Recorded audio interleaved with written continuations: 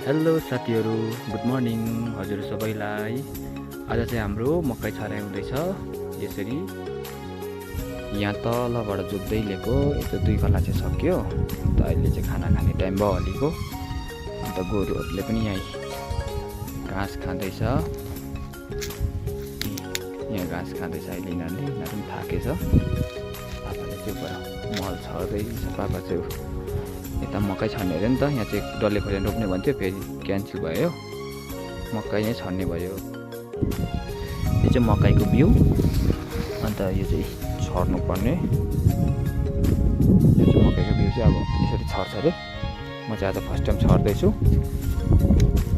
यहाँ अब मम्मीले छर भन्यो, अन्त छरिदिएको मैले। पापाले बिउ छर्दैछ। बिउ चाहिँ यसरी छर्दैछ चाहिँ मैले अघि अलिक छरेको जानिनँ मैले। यसरी छर्यो भने चाहिँ त्यहाँदेखि यो गोरु जोत्यो भने चाहिँ बल्ल रहेछ।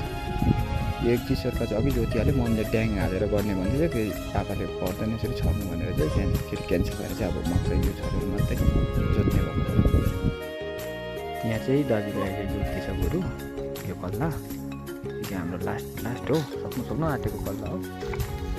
यहाँदेखि परसम्म जोतेको छ यसरी। अघि मल छरेको यही हो। सक्नु लागिरहेको छ यहाँ चाहिँ अब जोतेर।